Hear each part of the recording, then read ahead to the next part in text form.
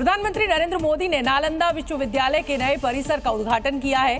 PM Modi ने कहा कि नालंदा सिर्फ एक नाम नहीं बल्कि हिंदुस्तान की पहचान भी है। वहीं इस मौके पर बोलते हुए पीएम मोदी ने खुद को सौभाग्यशाली बताया। उन्होंने कहा कि मेरा सौभाग्य है कि शपथ ग्रहण के कुछ ही दिनों के अंदर मुझे यहाँ आने का मौका मिला। ये मेरा सौभाग्य तो है ही। मैं इसे भारत की विकास यात्रा के एक शुभ संकेत के रूप में देखता हूँ। चूंकि 12वीं शताब्दी में आक्रमणकारियों ने नालंदा विश्वविद्यालय को जला दिया था, लेकिन आज जब 1815 सालों के लंबे इंतजार के बाद नालंदा अपने पुराने स्वरूप में लौट रहा था, तो पीएम मोदी ने साल 1193 में हुए विध्वंस की उस घटना का जिक्र करना नहीं भूले। आग की लपटों में पुस्तकें भले जल जाएं, लेकिन आग की लपटें ज्ञान को नहीं मिटा सकती। उद्घाटन कार्यक्रम में प्रधानमंत्री नरेंद्र मोदी के अलावा बिहार के CM Nitish Kumar, deputy CM Vijay Sinha और विदेश मंत्री एस जयशंकर के साथ 17 देशों के राजदूत भी मौजूद रहे। नए परिसर का उद्घाटन करने से पहले प्रधानमंत्री नरेंद्र मोदी ने प्राचीन नालंदा विश्वविद्यालय का दौरा भी किया। वहीं प्रधानमंत्री नरेंद्र मोदी ने आज नालंदा विश्वविद्यालय के जिस नए परिसर का उद्घाटन किया वो तमाम सुविधाओं से लैस है। नए परिसर की खूबियां ही नालंदा विश्वविद्यालय को दूसरी यूनिवर्सिटी से बेहतर बनाती हैं। और नए कैंपस की खास बात यह है कि पानी से लेकर बिजली के मामले में नालंदा विश्वविद्यालय का नया कैंपस अपने आप में आत्मनिर्भर है। नए कैंपस की सबसे बड़ी खूबी ये है कि ये नेट जीरो ग्रीन कैंपस है, यानी कि कैंपस के लिए बिजली बाहर से नहीं लेनी पड़ेगी और कैंपस में ही 6.5 मेगावाट के सोलर पावर संयंत्र लगाए गए हैं, जिससे पूरा कैंपस रोशन होगा। वहीं नालंदा परिसर में 100 एकड़ का एक जलाशय भी है। नालंदा यूनिवर्सिटी के नए कैंपस में 40 कक्षाओं वाले 2 ब्लॉक बनवाए गए हैं और इन 2 ब्लॉक में 1890 से ज्यादा छात्र एक साथ बैठ सकते हैं। इसमें 2 मीटिंग हॉल भी हैं, जिसमें 300 से ज्यादा लोगों के बैठने की क्षमता है। वहीं न्यू कैंपस में हॉस्टल भी है, जिसमें 550 छात्रों के रुकने की व्यवस्था है। साथ ही नए कैंपस में 3 लाख किताबें रखने के लिए एक लाइब्रेरी भी बनवाई जा रही है, जिसका निर्माण जल्द पूरा हो जाएगा। प्राचीन काल में नालंदा विश्वविद्यालय की पहचान ज्ञान के केंद्र के रूप में रही थी। अब इस पुराने विश्वविद्यालय में करीब 10,000 छात्र पढ़ते थे और यहाँ पढ़ाने वाले भी शिक्षक जो थे 2000 के करीब हुआ करते थे। यहाँ सिर्फ हमारे देश के ही नहीं, दुनिया के अनेक जगहों के लोग आकर यहाँ पर पढ़ते थे। नालंदा विश्वविद्यालय दुनिया का पहला आवासीय विश्वविद्यालय है। कहा जाता है कि जब दुनिया में विश्वविद्यालय बनना शुरू हुए थे, उस वक्त तक नालंदा शिक्षा के क्षेत्र में सैकड़ों कीर्तिमान रच चुका था। नीट पेपर लीक विवाद में अब तक का सबसे बड़ा खुलासा हुआ है। जी न्यूज की पड़ताल में बिहार के एक मंत्री का कनेक्शन अब सामने आया है। हालांकि ये मंत्री कौन है, इसका तो अभी तक खुलासा नहीं हो पाया है। हालांकि आरोपी अनुराग यादव से पूछताछ में नीट पेपर लीक कांड की कई परतें खुली हैं। अनुराग यादव ने पुलिस को बताया कि मंत्री की मदद से वो पटना के NHAI गेस्ट हाउस में रुका था। आरोपी के पास मंत्री का दिया गया लेटर भी था। NHAI गेस्ट हाउस के रजिस्टर में भी आरोपी की एंट्री है। आरोपी अनुराग यादव के इस खुलासे के बाद ये तय हो गया कि पटना के सरकारी गेस्ट हाउस में ही पेपर लीक कांड की पटकथा लिखी गई थी। कहा जा रहा है कि मंत्री की पैरवी के जरिए छात्रों को गेस्ट हाउस में ठहराया गया था। फिर सॉल्वर गैंग ने इसी गेस्ट हाउस में छात्रों को आंसर शीट दी और उन्हें सवालों के जवाब रटवाए। आरोपी ने पुलिस को बताया कि उन्हें जिन सवालों के जवाब रटवाए गए वही सवाल परीक्षा में आए। आशंका ये भी जताई जा रही है कि अभ्यर्थियों से नीट परीक्षा पास कराने के बदले 30-30 लाख रुपए की मांग की गई। हालांकि इस खुलासे के बाद पुलिस पेपर लीक कांड के सबसे बड़े सरगना की तलाश में जुट गई है। उत्तर प्रदेश में माध्यमिक शिक्षकों को लेकर योगी सरकार ने एक बड़ा फैसला लिया है। माध्यमिक शिक्षकों को अब अपनी संपत्ति की जानकारी सरकार को देनी होगी। माध्यमिक शिक्षा विभाग ने इस बारे में एक आदेश भी जारी किया है, जिसमें 30 जून तक सभी माध्यमिक शिक्षकों को अपनी संपत्ति का ब्यौरा देने को कहा गया है। माध्यमिक शिक्षा विभाग ने कहा कि सभी माध्यमिक शिक्षक मानव संपदा पोर्टल पर अपनी संपत्ति का ब्यौरा जल्द से जल्द दर्ज कराएं। साथ ही शिक्षा विभाग ने संपत्ति घोषित न करने वाले टीचरों के लिए चेतावनी भी जारी की है। कहा गया है कि 30 जून के अंदर संपत्ति का ब्यौरा नहीं देना ठीक नहीं माना जाएगा और जो टीचर अपनी संपत्ति का ब्यौरा नहीं देंगे उनको प्रमोशन नहीं दिया जाएगा। आपको बता दें कि शिक्षा विभाग ने टीचरों से संपत्ति का ये ब्यौरा पिछले साल दिसंबर महीने में मांगा था, लेकिन ज्यादातर टीचरों ने इसे गंभीरता से नहीं लिया। 14 जून तक केवल 18,600 टीचरों ने ही अपनी संपत्ति का ब्यौरा दिया है, जबकि प्रदेश भर में 17,78,405 माध्यमिक शिक्षक है। लिहाजा शिक्षा विभाग ने इस मामले में सख्त कार्रवाई की चेतावनी दी है। राजस्थान के 12 जिले में एक सनसनीखेज मामला सामने आया है। यहाँ एक हेडमास्टर और उनकी पत्नी ने खुद पढ़ाने की बजाय डमी टीचर्स रखे हुए थे, लेकिन उनकी ये करतूत पकड़ी गई, जिसके बाद शिक्षा विभाग ने अब बड़ा एक्शन लिया है और शिक्षक पति पत्नी को 9,31,50,373 रुपए रिकवरी का नोटिस थमा दिया। अब शिक्षक पति पत्नी को ये रकम शिक्षा विभाग में जमा करानी होगी। इसके अलावा शिक्षक दंपति के खिलाफ मुकदमा भी दर्ज कराया गया है। उनसे सारी राशि ब्याज सहित वसूल करूंगा, प्लस बच्चों का कितना नुकसान हुआ उनका मूल्यांकन धन में भी करूंगा। दरअसल ये पूरा मामला 12 जिले के राजकीय प्राथमिक विद्यालय राजपुरा का है। इसी स्कूल में दोनों शिक्षक पति पत्नी विष्णु और मंजू गर्ग की ड्यूटी थी, लेकिन दोनों खुद स्कूल में कभी पढ़ाने नहीं आते थे और अपने बदले में डमी टीचर रखे थे। साल 2017 में ही शिक्षक पति पत्नी की ये चोरी पकड़ी गई थी, जिसके बाद उनका इंक्रीमेंट रोककर मामला रफा दफा कर दिया गया था। लेकिन सरकार बदलने के बाद अब दोनों पति पत्नी शिक्षकों पर कड़ा एक्शन लिया गया। शिक्षा विभाग ने 9,31,50,373 रुपए रिकवरी का नोटिस थमाया है। वहीं दंपति शिक्षकों की जगह पढ़ा रहे दूसरे टीचरों को पुलिस ने गिरफ्तार कर लिया है। एक लेटर आया था हमारे पास, जिसमें सिर्फ ये पूछा गया था कि शिक्षक दंपति को अब तक कितना भुगतान विभाग ने किया है। तो उसकी हमने एक कमेटी बना करके और उसकी सूचना हमने सीआई साहब को भिजवाई थी और इसकी आगे की जो तहकीकात है, जो भी कार्रवाई है, वो हमारे पीओ साहब देख रहे हैं। फिलहाल दोनों पति पत्नी फरार है, जिनकी तलाश में पुलिस जुटी हुई है।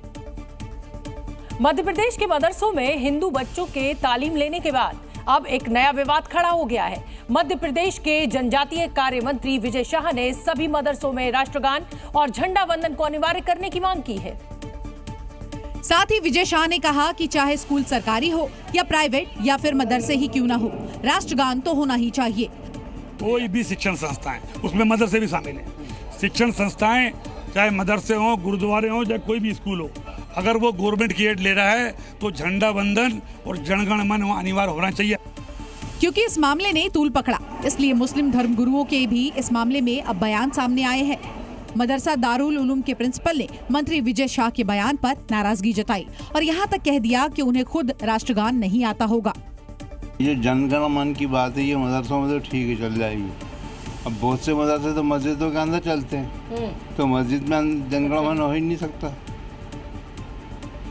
मस्जिदों में जनगण मन नहीं हो सकता। मुस्लिम धर्मगुरु अब मंत्री विजय शाह पर हमलावर है। उनका कहना है कि विजय शाह हिंदू मुस्लिम की राजनीति ना करे।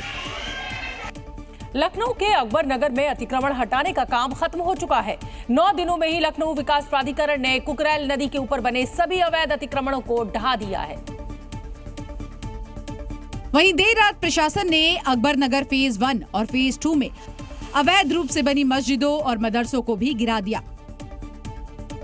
एलडीए की कार्रवाई का एक ड्रोन वीडियो भी सामने आया, जिसमें बुलडोजर से एक मस्जिद को तोड़ते हुए देखा गया। आप देख सकते हैं वो जो बीच में डिमोलिश बिल्डिंग पड़ी हुई है वही मदरसा है, जिसको लेकर जब तोड़ने के लिए जेसीबी पहुंची तो विवाद हुआ था, लेकिन बाद में उसको शांत कराया गया और अब लास्ट में उस मदरसे को यहां पर तोड़ दिया गया है। लखनऊ विकास प्राधिकरण ने अपनी कार्रवाई के दौरान 1169 मकान तोड़े, वहीं 101 कमर्शियल निर्माण जमींदोज किए। अब अकबर नगर में मलबा हटाने का काम लगातार जारी है। जब ये साफ सफाई हो जाएगी उसके बाद इसकी पैमाइश की जाएगी और ये नापा जाएगा कि जो सरकारी जमीन है यानी कि कुकरेल नदी की जो जमीन है वो कहां तक है। इसके बाद नगर निगम इसमें सौंदर्यीकरण का काम करेगा। कहा जा रहा है कि सरकार इस इलाके को इको टूरिज्म का हब बनाएगी। वहीं लखनऊ के चिड़ियाघर को इसी जगह पर स्थापित किए जाने की भी योजना है। 2024 के लोकसभा चुनाव के नतीजों में बीजेपी को उत्तर प्रदेश से एक बड़ा झटका लगा था और इसके बाद पार्टी सीटें कम होने की वजहों का लगातार पता लगाने की कोशिश में जुटी है। अयोध्या में भी हार की वजह पर अब मंथन किया गया। और इसके लिए बीजेपी ने टास्क फोर्स का गठन किया, जो हारी हुई सीटों वाले क्षेत्र में जाकर हार की समीक्षा कर रही है। सूत्रों के मुताबिक बताया जा रहा है कि आरक्षण को लेकर गलतफहमी पैदा हुई। इसके अलावा जातीय गोलबंदी, आपसी सहयोग की भी कमी एक वजह रही। रिपोर्ट के मुताबिक बीजेपी को पूर्व से पश्चिम तक एक खास पैटर्न में वोट मिले। औसतन करीब 6 से 7% वोटों की कमी का पैटर्न पाया गया। साथ ही कार्यकर्ताओं और जनप्रतिनिधियों की सुनवाई न होना भी एक बड़ी वजह है। जबकि पहली रिपोर्ट में भीतरघात जैसे मुद्दों को हार की वजह बताई गई थी। बीजेपी को सबसे ज्यादा अयोध्या के नतीजों से झटका लगा था, क्योंकि जिस राम मंदिर को बीजेपी ने चुनाव में मुद्दा बनाया था, वहीं से हार जाना काफी चौंकाने वाला था। कांग्रेस नेता राहुल गांधी का वायनाड सीट छोड़ना और रायबरेली से सांसद बने रहने के पीछे एक बड़ा संदेश है। उत्तर प्रदेश में रहकर कांग्रेस को फिर से संवारने की योजना है। राहुल गांधी ने उत्तर प्रदेश की रायबरेली और केरल के वायनाड सीट से चुनाव लड़ा था और दोनों ही जगह शानदार जीत मिली। लेकिन अब राहुल गांधी रायबरेली सीट को बरकरार रखते हुए उत्तर प्रदेश में कांग्रेस को फिर से खड़ा करेंगे और जाति जनगणना और संविधान रक्षा के मुद्दे पर जातीय समीकरण साधने की योजना है। साथ ही रायबरेली से गांधी परिवार की विरासत को आगे बढ़ाएंगे। यूपी में कांग्रेस एक सीट से बढ़कर 6 लोकसभा सीट तक पहुंची, जबकि 11 लोकसभा क्षेत्र में दूसरे स्थान पर रही। पिछड़े, दलित और अल्पसंख्यक वर्ग के तमाम नेता लगातार कांग्रेस के साथ खड़े रहे। लोकसभा चुनाव के दौरान पिछड़ा वर्ग सम्मेलन और संविधान रक्षा संकल्प जैसे कार्यक्रम हुए थे। वहीं 2019 के मुकाबले 2024 में कांग्रेस का 40% वोट बढ़ा। सभी लोगों को संसाधनों पर बराबरी का हक दिलाने का मतलब है और आने वाले समय में जो भी चीजें लोक उपयोगी होंगी, इसके साथ जुड़ेंगी, ये नारे और ये कमिटमेंट कभी खत्म नहीं होंगे। दरअसल साल 2019 में कांग्रेस को उत्तर प्रदेश में सिर्फ एक सीट मिली थी, जबकि खुद राहुल गांधी अमेठी से चुनाव हार गए थे। हरियाणा में विधानसभा चुनाव से पहले कांग्रेस को बड़ा झटका लगा। विधायक किरण चौधरी और उनकी बेटी और पूर्व सांसद श्रुति चौधरी बीजेपी में शामिल हो गई। हरियाणा के पूर्व सीएम और केंद्रीय मंत्री मनोहर लाल खट्टर ने किरण चौधरी को बीजेपी की सदस्यता दिलाई। इस दौरान हरियाणा के मुख्यमंत्री नायब सैनी भी मौजूद रहे। बीजेपी में शामिल होने के बाद किरण चौधरी ने कांग्रेस पर भी गंभीर आरोप लगाए। कुछ सालों से मैं देखती आ रही हूँ कि हरियाणा के अंदर जो है वो एक व्यक्ति सेंट्रिक जो है पार्टी बन गई और जो चाहते ही नहीं कि कांग्रेस पार्टी आगे बढ़े। किरण और ऋतु चौधरी ने मंगलवार को इस्तीफा दिया था, जिसमें उन्होंने लिखा कि हरियाणा में कांग्रेस को निजी जागीर के तौर पर चलाया जा रहा है। उनका इशारा भूपेंद्र सिंह हुड्डा की तरफ था। ऐसे आरोप हैं कि हुड्डा अपने बेटे को राजनीति में लाना चाहते हैं, जबकि किरण चौधरी और भूपेंद्र हुड्डा की खींचतान भी जग जाहिर है। कांग्रेस के अंदर परिवारवाद है।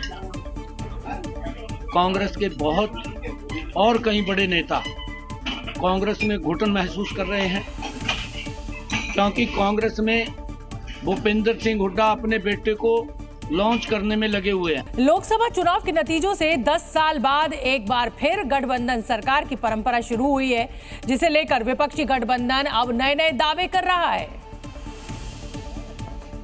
और कांग्रेस नेता राहुल गांधी ने नया दावा किया है। एक अखबार को दिए इंटरव्यू में राहुल गांधी ने कहा कि मोदी खेमे में बहुत असंतोष है और पीएम मोदी के खेमे में ऐसे लोग हैं जो हमारे संपर्क में हैं। ऐसे में गठबंधन के सहयोगी मुंह मोड़ सकते हैं। एनडीए की सरकार बनने के बाद कांग्रेस लगातार गठबंधन में मतभेद का दावा करती रही है। ये सरकार चलाना अब नरेंद्र मोदी जी के बस की नहीं रहेगा। इनकी नाक में हम दम कर देंगे।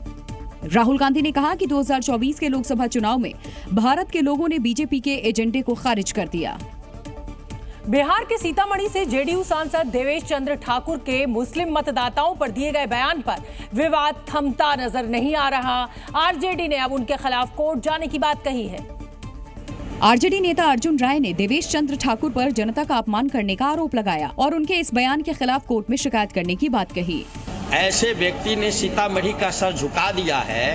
ये मनु के मानसिकता के हैं, जो पिछड़े दलितों को, शुद्र अति शुद्र को गुलाम समझते थे।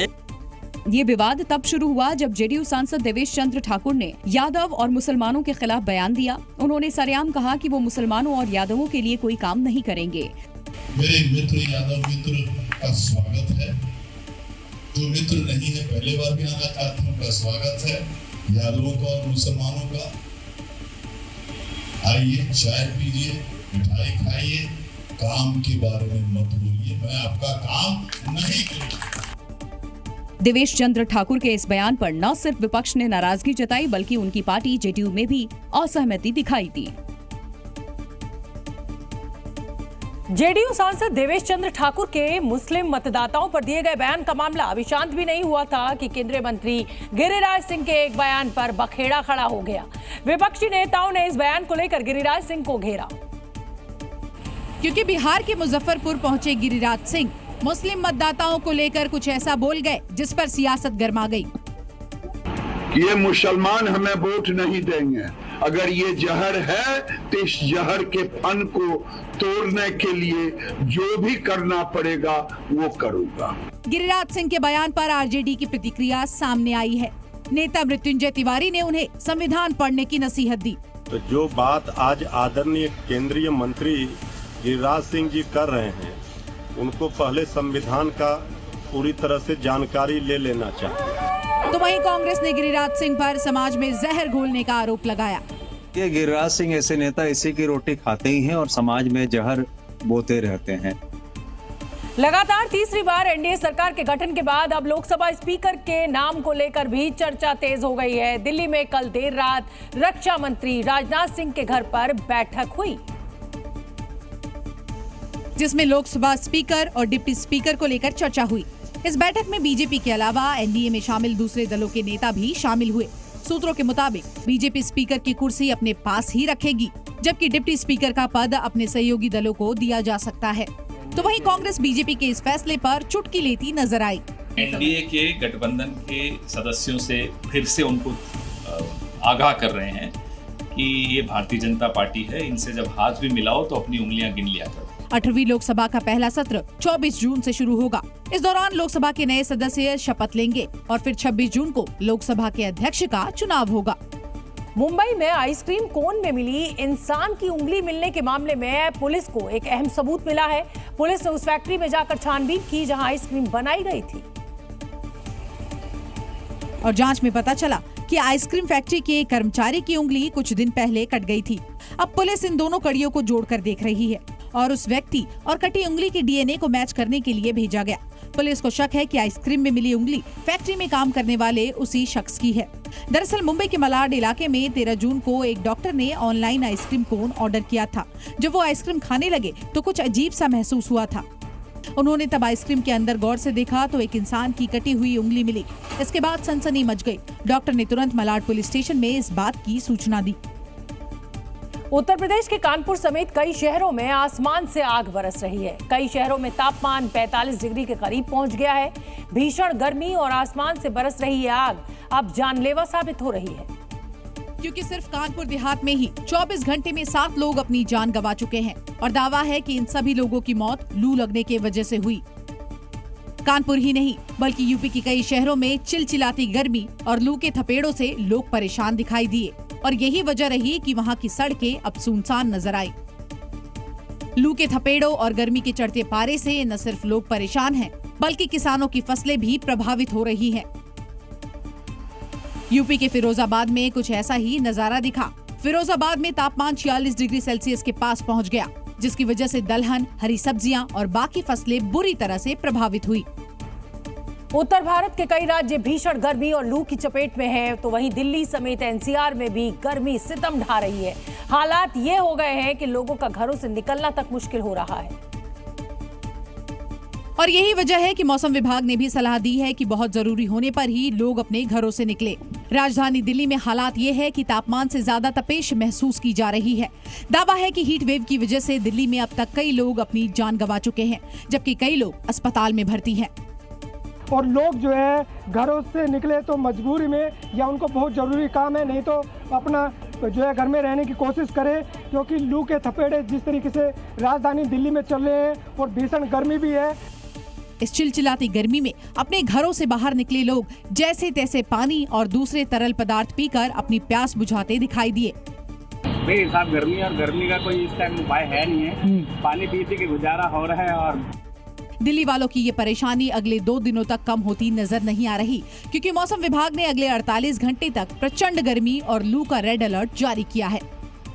दिल्ली एनसीआर में गर्मी की वजह से मौत का आंकड़ा भी लगातार बढ़ रहा है। अगर हम मौत के आंकड़े की बात करें तो दिल्ली में बेघर लोगों पर गर्मी सबसे ज्यादा भारी है। 11 से 19 जून के बीच जब हीट वेव सबसे ज्यादा रही, उस दौरान 178 बेघरों की मौत हुई। इस दौरान तापमान 44 डिग्री सेल्सियस के आसपास बना रहा। इसके अलावा नोएडा में 24 घंटे में 14 लोगों की संदिग्ध मौत हुई है। गर्मी और लू लगने से इन लोगों की मौत की आशंका जाहिर की जा रही है। वहीं गाजियाबाद में 3 दिन में 42 लोगों की मौत हुई है। इनकी मौत भी हीट वेव की वजह से होने की आशंका है। सऊदी अरब में हज यात्रा के दौरान इस बार गर्मी ने जमकर कहर बरपाया। दावा किया गया कि इस बार भीषण गर्मी की वजह से 550 हज यात्रियों की मौत हो गई, जबकि 2700 से ज्यादा लोग घायल हो गए, जिन्हें इलाज के लिए अलग अलग अस्पतालों में भर्ती करवा दिया गया। बताया गया कि हज यात्रा के दौरान इतनी तादाद में हुई मौतों के पीछे सबसे बड़ी वजह हीट वेव रही। मरने वालों में अलग अलग देशों के लोग शामिल हैं। मरने वालों में 323 नागरिक मिस्र के हैं, जबकि 60 हज यात्री जॉर्डन के हैं। इसके अलावा ईरान, इंडोनेशिया और सोनेगल के हज यात्रियों की भी मौतें हुई हैं। जानकारी के मुताबिक पिछले साल हज पर गए 240 हज यात्रियों की मौत हुई थी, जिसमें ज्यादातर इंडोनेशिया के थे। जम्मू कश्मीर के डोडा में एसपीओ जवान से हथियार छीनकर फरार हुए आरोपी को सुरक्षा बलों ने गिरफ्तार कर लिया। एक दिन पहले ही डोडा के ट्रोन इलाके में ये शख्स जवान से हथियार छीनकर फरार हो गया था, जिसे पकड़ने के लिए सुरक्षा बल ने बड़े पैमाने पर सर्च ऑपरेशन चलाया। जवानों ने उसकी गिरफ्तारी के लिए जगह जगह तलाशी ली। काफी मशक्कत के बाद जवानों ने उस शख्स को धर दबोचा। पता चला था कि इस तरह का हमारे एक एसपीओ का वेपन जो है वो रफी नामक का लड़का जो है वो लेके भाग गया है। तब से ही सर्च ऑपरेशन इस एरिया में हम लोग चला रहे थे और आज हमने उसको अभी कैप्चर कर लिया है लड़के को। गिरफ्तार किए गए आरोपी का नाम मोहम्मद रफी है और वो ट्रोन इलाके का ही रहने वाला है। आतंकवाद के मुद्दे पर कनाडा का दोहरा चरित्र एक बार फिर बेनकाब हो गया। कनाडा की संसद में खालिस्तानी आतंकी हरदीप सिंह निज्जर का महिमा मंडन किया गया और खालिस्तानी आतंकी हरदीप सिंह निज्जर की हत्या की बरसी पर कनाडा की संसद में 1 मिनट का मौन रखा गया। ये सब ऐसे समय में हुआ जब इटली में G7 समिट के दौरान कनाडा के राष्ट्रपति जस्टिन ट्रूडो शांति वार्ता में मशरूफ थे और पीएम मोदी से मुलाकात कर रहे थे। ये पहला मौका है जब कनाडा की संसद में एक ऐसे शख्स की मौत पर शोक जताया गया जिसे खुद कनाडा सरकार ने अवैध गतिविधियों के कारण नो फ्लाई लिस्ट में डाला था। हरदीप सिंह निज्जर खालिस्तान टाइगर फोर्स का प्रमुख था, जिसके पिछले साल 18 जून को कनाडा के सरे शहर में हत्या कर दी गई थी। निज्जर का नाम भारत की आतंकी लिस्ट में शामिल है। कनिष्क विमान हादसे के लिए बब्बर खालसा संगठन को जिम्मेदार ठहराया गया था और हरदीप सिंह निज्जर बब्बर खालसा से जुड़ा था। अमेरिका के हाउस ऑफ रिप्रेजेंटेटिव्स के एक प्रतिनिधि मंडल ने हिमाचल प्रदेश के धर्मशाला में तिब्बती धर्मगुरु दलाई लामा से मुलाकात की, जिससे चीन को अच्छा नहीं लगा और उसने अमेरिका को खुली धमकी दे डाली। अमेरिका से आए 7 सदस्यीय प्रतिनिधिमंडल ने बौद्ध धर्मगुरु दलाई लामा से मुलाकात की, जिसमें पूर्व स्पीकर नैन्सी पेलोसी भी शामिल है। इस दौरान अमेरिका की संसद में चीन तिब्बत विवाद को लेकर पारित हुए रिजॉल्व तिब्बत एक्ट पर भी चर्चा हुई।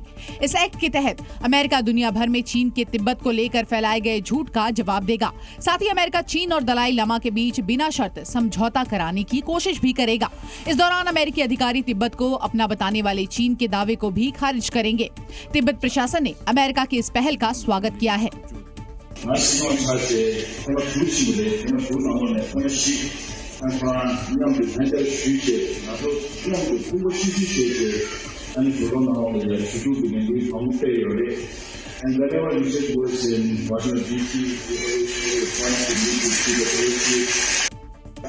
वहीं अमेरिकी संसद में पास रिजॉल्व तिब्बत एक्ट से चीन को मिर्ची लग गई है और चीन ने अमेरिका को सख्त चेतावनी दी। चीन ने तिब्बत को अपना आंतरिक मामला बताया और इसमें हस्तक्षेप न करने की अपील की। धर्मशाला में अमेरिकी प्रतिनिधि मंडल की इस मुलाकात पर चीन ने नाराजगी जताई और चेतावनी भरे अंदाज में कहा कि अगर अमेरिका तिब्बत को चीन का हिस्सा न मानते हुए अपनी प्रतिबद्धता का सम्मान नहीं करेगा तो चीन इस पर कड़े कदम उठाएगा। साथ ही चीन के विदेश मंत्रालय ने खास तौर पर अमेरिकी राष्ट्रपति जो बाइडेन से कांग्रेस में पारित चीन तिब्बत विवाद को सुलझाने की वकालत करने वाले एक्ट का समर्थन न करने की अपील की। वहीं दूसरी ओर धर्मशाला पहुंचे अमेरिकी प्रतिनिधिमंडल का दलाई लामा टेंपल में जोरदार स्वागत किया गया। पारंपरिक अंदाज में इस डेलीगेशन का स्वागत हुआ और कई तोहफे भेंट किए गए। और दलाई लामा से मुलाकात के बाद नैन्सी पेलोसी ने चीन को कड़ा संदेश दिया। But we do know that the Chinese government is, and we do know that they must get the message. And this legislation sends the message, the House and the Senate, and soon to be signed by Joe Biden, the President of the United States. और चलिए अब आपको बताते हैं कि अगले 3 साल में भारत को कौन सा स्वदेशी एयर डिफेंस सिस्टम मिलने वाला है जो भारत की सुरक्षा को अभेद्य कर देगा। तो चलिए ये जानकारी मैं आपको देती हूँ। ये भारत का स्वदेशी एयर डिफेंस सिस्टम LRSAM है, जिसकी रेंज 150 से 350 किलोमीटर है। ये जमीन से हवा में मार करने वाली रक्षा प्रणाली है जो स्टील्थ फाइटर्स और ड्रोन के खिलाफ भी कारगर है। ये प्रणाली क्रूज और गाइडेड मिसाइल्स को भी तबाह करेगी। 150, 250 और 350 किलोमीटर रेंज तक हमले के लिए इस सिस्टम में अलग अलग मिसाइलें होंगी। 3 साल में भारत सरकार इस सिस्टम को तैनात करने की योजना बना रही है। इस सिस्टम की तैनाती के साथ देश को रूसी एयर डिफेंस सिस्टम S-400 का विकल्प मिल जाएगा। दिल्ली के राजौरी गार्डन गोलीकांड मामले में मृतक की पहचान कर ली गई है। मृतक की पहचान अमन के रूप में हुई है। पुलिस के मुताबिक अमन अशोक प्रधान गैंग का सदस्य था। वहीं राजौरी गार्डन के बर्गर किंग रेस्टोरेंट में कल हुई मर्डर की ये वारदात गैंगवार की तरफ इशारा कर रही है। सूत्रों से खबर है कि साल 2020 में गैंगस्टर नीरज बवानिया के रिश्तेदार शक्ति दादा की जब हत्या हुई थी तो उसके पीछे अमन का ही हाथ था, क्योंकि अमन ने ही शक्ति दादा की मुखबिरी की थी। और कहा जा रहा है कि इसी के लिए विरोधी गैंग ने अमन की हत्या की। एक जानकारी ये भी मिली है कि किसी लड़की के जरिए अमन को रेस्टोरेंट में बुलाया गया था। 12 से 15 राउंड गोलियां चली और इस घटना में एक शख्स की मौत हो गई। राजौरी गार्डन का ये बर्गर किंग है और यहीं पर रात में 9:30 बजे के करीब हमलावर आए और एक शख्स अपनी एक महिला दोस्त के साथ टेबल पर बैठा था और उसी दौरान एक शख्स ने ताबड़तोड़ एक के बाद एक लगभग 12 से 15 राउंड गोलियां चलाई। इस घटना में उस शख्स की मौत हो गई। इस घटना की जिम्मेदारी हिमांशु भाऊ और नवीन बाली गैंग ने ली है। बताया जा रहा है कि हिमांशु भाऊ दिल्ली में अपना वर्चस्व कायम करना चाहता था, इसलिए उसने इस घटना को अंजाम दिया। बंगाल में हिंसा का दौर लगातार जारी है। अभी तक टीएमसी समर्थकों पर हिंसा और मारपीट करने के आरोप लग रहे थे, लेकिन अब इसमें ममता बनर्जी की पुलिस का नाम भी जुड़ गया है। बीजेपी ने आरोप लगाया कि उनके एक कार्यकर्ता की पुलिस कस्टडी में जान चली गई, जिसे चुनाव नतीजों वाले दिन यानी 4 जून को टीएमसी बीजेपी समर्थकों के बीच हुई झड़प के बाद पुलिस ने गिरफ्तार किया था। मृतक का नाम संजय बेरा है और मृतक पश्चिमी मेदिनीपुर जिले का रहने वाला था। पुलिस कस्टडी में अपने कार्यकर्ता की मौत के बाद से बीजेपी भड़की हुई है। बीजेपी नेता शुवेंदु अधिकारी ने हत्या की सीबीआई जांच की मांग की। शुवेंदु अधिकारी ने कहा कि सरकार विपक्ष को चुप करने के लिए ऐसी कार्रवाई करेगी तो कानून व्यवस्था पर इसका विपरीत असर पड़ेगा। कानून व्यवस्था से लोगों का भरोसा उठ जाएगा और राज्य में अराजकता की स्थिति उत्पन्न हो जाएगी। आपको बता दें कि मृतक संजय बेरा पूर्व सैनिक थे। 4 साल पहले वो रिटायर हुए थे। वहीं उनकी मौत के बाद परिवार में मातम मचा है और परिवार वालों का रो रो कर बुरा हाल है। पाकिस्तान में पाकिस्तानी आतंकवादियों और उसके हैंडलर्स की टारगेट किलिंग हो रही है। इस्लामाबाद खुद मान रहा है कि ये ऑपरेशन उनके मुल्क के बाहर से कंट्रोल हो रहा है। पाकिस्तान आर्मी के रिटायर्ड ब्रिगेडियर और ISI एजेंट आमिर हमजा को अज्ञात बंदूकधारियों ने मौत की नींद सुला दिया। हमजा पर जम्मू कश्मीर के सुंजवान आर्मी कैंप पर 2018 में आतंकी हमला करवाने का आरोप था, जिसे लेकर अब पाकिस्तान में खलबली मच गई है। जम्मू कश्मीर में आतंक के खिलाफ सुरक्षा बलों का एक्शन लगातार जारी है। सोपोर में सुरक्षा बलों को एक बड़ी कामयाबी भी मिली। बारामूला के सोपोर में आतंकवादियों से मुठभेड़ हुई और जवाबी कार्रवाई में 2 आतंकियों को मार गिराया गया। सोपोर के हादीपोरा में ये एनकाउंटर हुआ। आतंकवादियों की मौजूदगी की खबर मिलने के बाद सुरक्षा बलों ने अरागाम इलाके में घेराबंदी और तलाशी अभियान शुरू कर दिया था, जिसके बाद गोलीबारी शुरू करने के बाद मुठभेड़ शुरू हो गई। मारे गए आतंकवादी की पहचान अभी तक नहीं हो पाई। जम्मू कश्मीर में एक के बाद एक कई आतंकी घटनाएं होने के बाद प्रधानमंत्री मोदी और गृह मंत्री अमित शाह ने पिछले दिनों उच्च स्तरीय बैठक की थी, जिसमें 2 टूक कहा था कि आतंकवादियों को पूरी तीव्रता के साथ जवाब दिया जाए। इस बैठक में उपराज्यपाल मनोज सिन्हा भी शामिल हुए थे। विमान कंपनी स्पाइस जेट एक बार फिर से अपनी लापरवाही की वजह से सुर्खियों में आ गया। ताजा विवाद विमान के एयर कंडीशन से जुड़ा हुआ है। विमान में करीब 1 घंटे तक एसी न चलने की वजह से यात्री बेहाल हो गए। दरअसल चेक इन के बाद यात्री विमान में इंतजार कर रहे थे, लेकिन एसी न चलने की वजह से फ्लाइट के अंदर बैठे यात्रियों की हालत खराब हो गई। कुछ यात्रियों की तबीयत भी बिगड़ गई। फ्लाइट के अंदर का एक वीडियो भी सामने आया जिसमें यात्री गर्मी से निपटने का प्रयास करते नजर आए। एक महिला मैगजीन से हवा कर रही थी।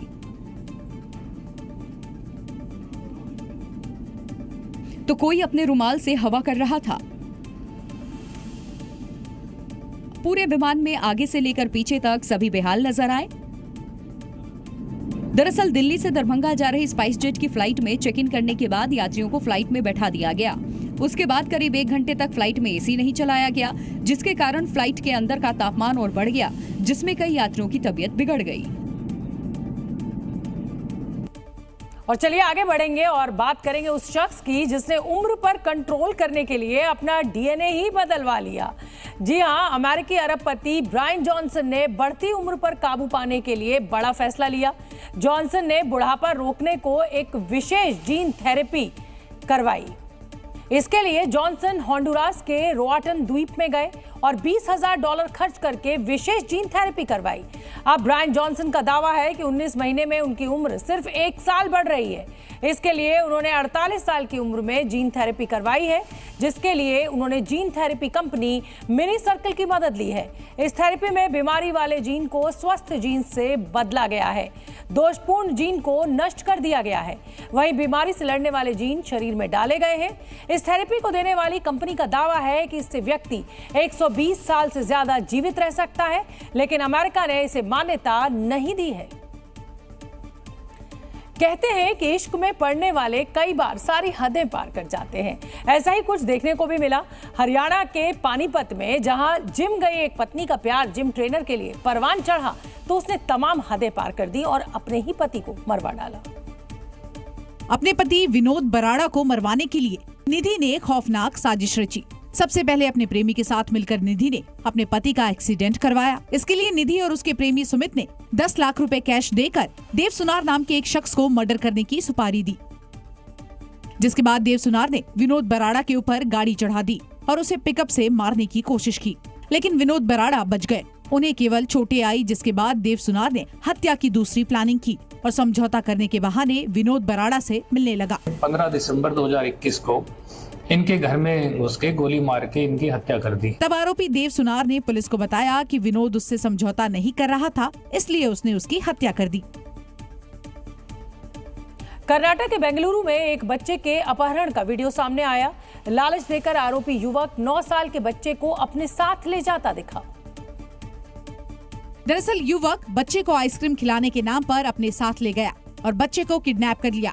बच्चे को ले जाने का एक सीसीटीवी फुटेज भी सामने आया, जिसमें दिखा कि युवक बच्चे को बड़े आराम से अपने साथ ले जा रहा है। बच्चे के माता पिता ने अपहरण का आरोप मोहम्मद जशीमुद्दीन शेख नाम के एक युवक पर लगाया। पूरी घटना बेंगलुरु की इलेक्ट्रॉनिक सिटी के पास की है, जहां से युवक करीब शाम 6 बजे बच्चे को आइसक्रीम का लालच देकर अपने साथ ले गया। फिर बच्चे के माता पिता को फोन कर 10 लाख रुपए की मांग करने लगा। पुलिस ने आरोपी मोहम्मद जशीमुद्दीन को गिरफ्तार कर लिया और बच्चे को भी बरामद कर लिया।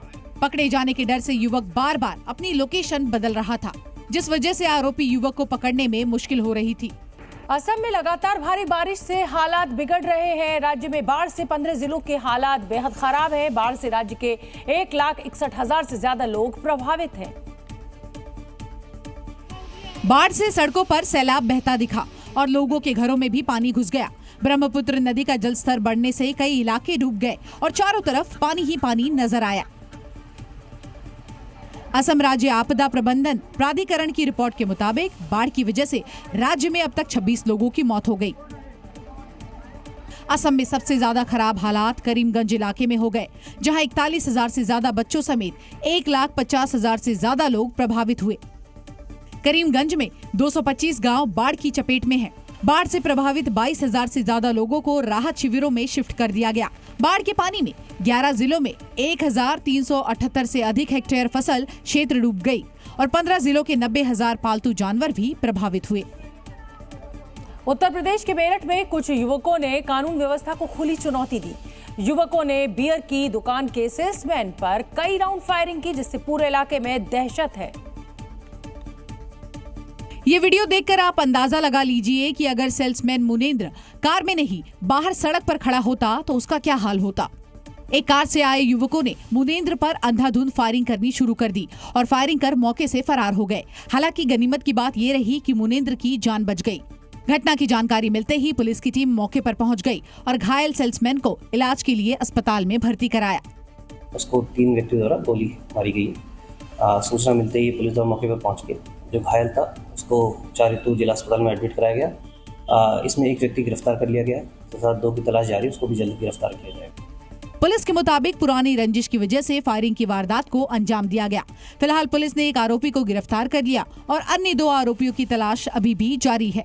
दक्षिणी चीन में लगातार हो रही भीषण बारिश से कई इलाकों में बाढ़ आ गई है। हालात इतने खराब हो गए हैं कि गाड़ियां पूरी तरह से पानी में डूबी नजर आई और सड़कों पर सैलाब बहता दिखा। जिन सड़कों पर गाड़ियां चलती थी वहां अब नाव चलती दिखी। बाढ़ की वजह से लोगों का जनजीवन पूरी तरह से अस्त व्यस्त हो गया, क्योंकि बाढ़ का पानी लोगों के घरों में भी घुस गया और लोग पानी से बचने के लिए अपने घरों में छज्जे के ऊपर खड़े दिखाई दिए। चीन में बाढ़ के कारण अब तक करीब 12 लोगों के मारे जाने की खबर आई है, जबकि 17 लोग लापता हो गए हैं, जिनकी तलाश की जा रही है। लोगों को बचाने के लिए बचाव कर्मी युद्ध स्तर पर काम करते दिखाई दिए। वहीं एक मंदिर भी बाढ़ की चपेट में आ गया। लगातार बारिश के बाद जिनशान मंदिर के आसपास जलभराव हो गया। मंदिर के आसपास पानी भरने की वजह से उसे बंद करना पड़ा है। मैक्सिको के जंगलों में लगी आग भड़कती जा रही है। इस आग ने अब रिहायशी इलाकों में भी नुकसान पहुंचाना शुरू कर दिया है। आग इतनी भयानक हो गई कि 100 फुट तक आग की लपटें उठती दिखी, जिसमें मैक्सिको के बड़े हिस्से में लोगों को अपना घर भी छोड़ना पड़ा। आग के कारण मैक्सिको के कई इलाकों में आसमान में धुएं का गुबार दिखा, जिसकी तस्वीरें भी अब सामने आने लगी। भीषण आग की वजह से 500 से ज्यादा इमारतों को नुकसान पहुंचा। आग फैलने के डर से करीब 7,000 लोग अपने घरों को छोड़ने के लिए मजबूर हो गए। मैक्सिको में लगी ये भयंकर आग कई किलोमीटर दूर से देखी गई। दमकल कर्मी आग पर काबू पाने की लगातार कोशिश कर रहे हैं। उत्तर प्रदेश के कानपुर में अतिक्रमण के खिलाफ प्रशासन का बुलडोजर गर्जा। पिछले कई दिनों से कानपुर की मेयर को अतिक्रमण के बारे में जानकारी दी जा रही थी, जिसके बाद आज मेयर प्रमिला पांडे को जब अतिक्रमण दिखा तो वो आग बबूला हो गई। मेयर ने अपने सामने ही बुलडोजर बुलाया और सड़क पर बने सारे अतिक्रमण को हटवाया। जैसे ही बुलडोजर इलाके में पहुंचा, लोगों में अफरा तफरी का माहौल पैदा हो गया।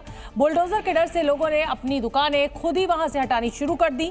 नाले में फैली गंदगी को देखकर कानपुर की मेयर ने अधिकारियों को भी जमकर फटकार लगाई और अधिकारियों से जल्द नालों की साफ सफाई करने के लिए कहा। मेयर प्रमिला पांडे ने लोगों से दोबारा अतिक्रमण न करने की भी बात कही। रूस के राष्ट्रपति व्लादिमीर पुतिन का नॉर्थ कोरिया में जोरदार स्वागत हुआ। किम जोंग पुतिन को लेने एयरपोर्ट पहुंचे, जहां उनके स्वागत के लिए रेड कारपेट बिछाया गया। पुतिन के प्लेन से उतरते ही सीढ़ियों के पास किम जोंग ने उन्हें रिसीव किया और खुद उनको कार की तरफ ले गए। कार में बैठते वक्त दोनों नेताओं ने बार बार एक दूसरे से पहले कार में बैठने का निवेदन किया और आखिर में पुतिन ने किम जोंग की बात मान ही ली। दोनों नेता एक साथ कार में बैठकर होटल तक पहुंचे। अगले दिन सुबह एक बार फिर से प्योंगयांग में व्लादिमीर पुतिन का ग्रैंड वेलकम किया गया। पुतिन के स्वागत के लिए यहां पर भी कार से निकलते ही किम जोंग मौजूद थे। पुतिन को प्योंगयांग में गार्ड ऑफ ऑनर दिया गया। किम ने अपने सबसे करीबी अफसरों से पुतिन की मुलाकात करवाई। पुतिन और किम जोंग ने एक रोड शो भी किया। इस दौरान सड़क के दोनों तरफ भारी संख्या में दोनों देशों का झंडा लेकर नॉर्थ कोरिया के लोग नजर आए। किम जोंग ने वॉर के दौरान रूस का पूरा साथ देने का ऐलान किया है। और चलिए अब आपको बताते हैं दुनिया के सबसे बड़े एयरपोर्ट के बारे में। जी हाँ, जिसे रियाद में सऊदी सरकार बनवा रही है। यह एयरपोर्ट 57 किलोमीटर के इलाके में फैला हुआ है। इस एयरपोर्ट में 6 रनवे होंगे। इसके अलावा एयरपोर्ट में आवासीय परिसर और दुकानें भी बनाई जाएंगी। सऊदी अरब 2023 के वर्ल्ड एक्सपो की तैयारी कर रहा है। सऊदी अरब के क्राउन प्रिंस अपने देश में दुबई की तरह टूरिज्म को बढ़ावा देना चाहते हैं। उनकी कोशिश इस्लामिक देश की छवि को सुधारने की है। चलिए आगे बढ़ेंगे और अगली खबर ऋषिकेश से, जहां 4 हेलीकॉप्टर्स की इमरजेंसी लैंडिंग करानी पड़ी है। इस समय की बड़ी खबर, एम्स ऋषिकेश में 4 हेलीकॉप्टर्स की इमरजेंसी लैंडिंग हुई है और खराब मौसम के चलते हुए ये इमरजेंसी लैंडिंग करवानी पड़ी।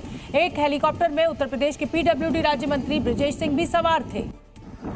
तो ये तस्वीरें हम आपको दिखा रहे हैं। ये एम्स ऋषिकेश में इमरजेंसी लैंडिंग करानी पड़ी और खराब मौसम के चलते ये इमरजेंसी लैंडिंग हुई। तो ये देखिए 4 हेलीकॉप्टर्स इस समय आपके सामने, और इस समय ऋषिकेश के एम्स से ये तस्वीरें हम आपको दिखा रहे हैं, जहां पर इन चारों हेलीकॉप्टर्स की इमरजेंसी लैंडिंग करवानी पड़ी और अब सभी लोग सुरक्षित हैं।